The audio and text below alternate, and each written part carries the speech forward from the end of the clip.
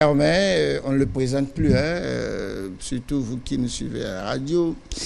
Il est angiologue, exorciste, etc.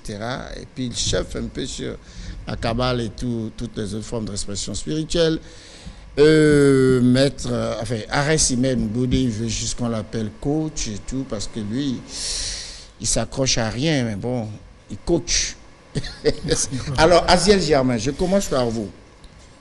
Les rites de guérison, les téléspectateurs de l'ORTB vous regardent, en français simple, qu'est-ce qu'ils peuvent comprendre par là? Vous savez, quand on parle de rite guérison, d'abord rite part de la magie. Ah, c'est la magie. Rite part de la magie, parce que rite veut dire même geste, action, et ces actions répondent à la magie. C'est-à-dire que quand on prend la magie, il y a plusieurs degrés de pratique de magie. C'est-à-dire qu'on parle de rite, rituel, on parle de l'invocation, l'évocation, tout ça c'est dans la magie. Maintenant, quand on parle de la maladie, c'est d'abord un mal qui a dit. Un malade seulement a dit dans notre corps quand nous-mêmes ne sommes pas en harmonie avec nous-mêmes. Ça fait un. Donc il faut s'harmoniser avec soi-même. Oui, et parce avec que les autres. L'univers est régi par la loi d'ordre, harmonie. Vous comprenez un peu? Donc, quand on parle de l'harmonie, il faut que le corps, dans le corps physique, l'individu soit en harmonie avec lui-même pour qu'il soit en bonne santé. La santé est une loi. C'est une loi basée sur l'harmonie. C'est ça. Ouais. Parce que quand on parle de l'harmonie, celui qui est en joie, déjà en harmonie. Et la joie, c'est la médecine de l'âme. Tu vois, c'est ça que tu avais dit et tu avais refusé.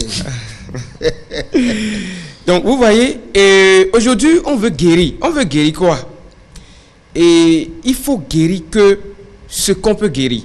Parce que quand l'individu même ne fait pas le travail qu'il faut pour accéder sa conscience à la loi qui permet de se guérir et de s'auto-guérir, on peut faire les rituels. Et ça ne va pas. Ça ne va pas donner. Il y en a des cas pratiques dans la société. C'est pas parce que quelqu'un est malade, on se lève, on fait. Il y a des gens, vous pouvez utiliser même des plantes, faire des rituels, ça ne va pas donner. Parce qu'il y a les maîtres du destin. En fait, ils ont posé des actes qui les condamnent. C'est ça. La loi du cause-effet. Donc, il faut aller à la source des choses. Et c'est pourquoi on dit en toute chose que la spiritualité repose sur la santé et le bien-être. Et dans le bien-être, il y a le savoir-faire. Votre vie quotidienne, tout, c'est dans le bien-être. Mais la santé, c'est une loi. Celui qui n'observe pas la loi de la santé tombe malade. Mais quand l'individu déséquilibre les lois universelles et il prend conscience de ces lois, le mystique, le coach peut l'aider par des programmations à retrouver l'équilibre intérieur. C'est ça, par là, la guérison commence. C'est pas quand on dit on veut faire des rites de guérison, il faut préparer des tisanes, il faut commencer par faire. Non, ça ne marche pas à tout moment. Hein. Vous avez parlé tout à l'heure d'un mot qui m'a intéressé, la guérison holistique. Ah oui, mais... Il faut commencer par là. C'est ça le vrai traitement. En adéquation avec les maîtres du destin. Sinon, pas les laisser, à force de vouloir forcer les traitements, guérir certaines choses sans l'autorisation des maîtres du destin, on reçoit le choc en retour du traitement. On met 3 points de suspension pour aborder Arès Imen Boudé. Voilà les rites de guérison. Merci Florent. Et bon, les explications ont été données par rapport aux rites, tout ça, je ne vais pas revenir dessus. Et sinon, les rites sont simplement des procédés, des procédures que nous mettons en place pour